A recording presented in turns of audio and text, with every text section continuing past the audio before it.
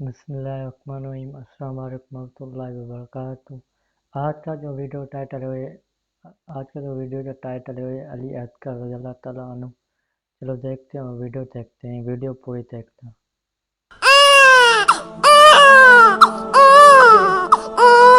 بسم اللہ الرحمن الرحیم۔ السلام علیکم ناظرین، آج کی ویڈیو میں ہم آپ کو علی اصغر کی شہادت کے بارے میں بتائیں گے۔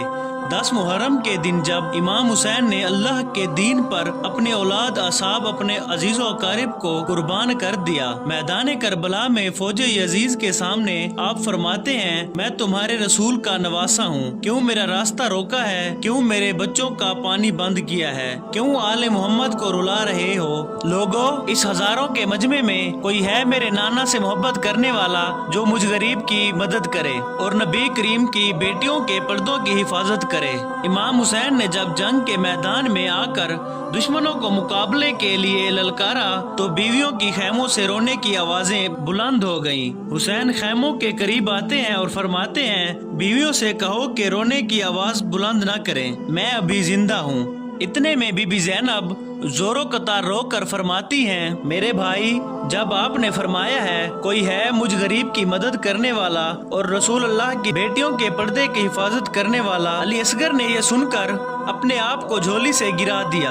امام حسین کی آنکھیں نم ہوتی ہیں اور فرماتے ہیں، پیاری زینب، میرے علی اصغر کو میرے پاس لے آؤ۔ امام حسین علی اصغر کا ماتھا چومتے ہیں اور علی اصغر کو چادر میں اٹھا کر میدان کربلا میں لے جاتے ہیں۔ فوج یزید سوچتے ہیں کہ شاید امام حسین قرآن لے کر آ رہے ہیں۔ امام حسین نے جب اپنی چادر علی اصغر کے جسم سے ہٹائی اور اصغر کو بلند کیا اور فرمانے لگے، اے لوگو، تمہارے نزدیک قصوروار میں ہوں، اس 6 ماہ کے بچے کا کیا قصور ہے؟ 3 دن سے پانی نہ ملنے کی وجہ سے اس کی ماں کا دودھ خشک ہو گیا ہے، اسے کچھ بوند پانی پلاؤ۔ فوج یزید زور زور سے ہنسنے لگی اور کہنے لگی، اے حسین، پانی تم خود پینا چاہتے ہو اور نام بچے کا لیتے ہو، اگر تیرا بچہ واقعی میں پیاسا ہے تو اسے کہو خود پانی مانگے۔ امام حسین نے علی اصغر کو دیکھا اور آنکھوں میں فرمایا، اے علی اصغر، آج اپنے نانا کی امت سے پانی مانگو۔ بس جیسے ہی امام حسین نے فرمایا، علی اصغر کے لب ہلنے لگے اور تمام فوج کو دیکھ کر علی اصغر فرمانے لگے، اے ظالمو، 3 دن سے پیاسا ہوں، تمہارے رسول کا خون میری رگوں میں بہتا ہے، مجھے پانی دے دو۔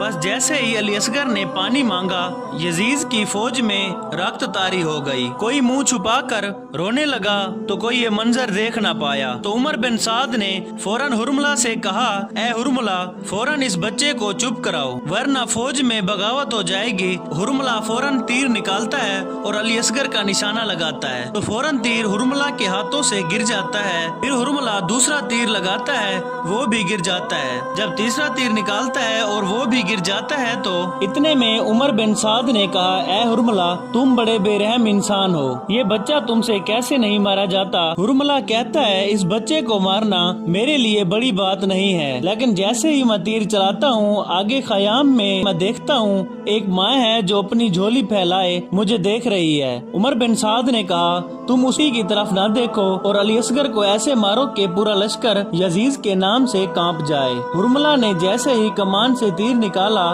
تیر کے 3 منہ تھے، اس نے علی اصغر کا نشانہ لگا کر جیسے ہی تیر چلایا، تیر بڑا تھا، علی اصغر کا گلا چھوٹا تھا۔ بس تیر کی ایک نوک علی اصغر کے کان میں لگی اور ایک نوک علی اصغر کے بازو میں اور ایک نوک علی اصغر کے سینے پر لگی اور دوسری نوک آپ کی کمر میں لگی۔ تیر اتنا وزنی تھا کہ علی اصغر کو چیر کر امام حسین کے بازو میں آ لگا۔ علی اصغر مسکرانے لگے۔ امام حسین نے اپنے بچے کو دیکھا، آپ کے جسم مبارک سے کچھ ماں کا دودھ نکلا اور کچھ خون نکلا۔ امام حسین نے چاہ کہ وہ خون آسمان کی طرف پھینکے، آسمان روتے ہوئے کہنے لگا، حسین، اس خون ناحق کو میری طرف نہ پھینکیں ورنہ پانی کی ایک بوند بھی قیامت تک نہ برسا پاؤں گا۔ پھر امام حسین نے سوچا کہ اس خون کو زمین پر ڈال دوں۔ زمین تڑپ کر کہنے لگی، اے امام حسین، اگر آپ نے اس ناحق خون کا ایک قطرہ بھی مجھ پر گرایا تو میں قیامت تک اناج نہیں اگاؤں گی۔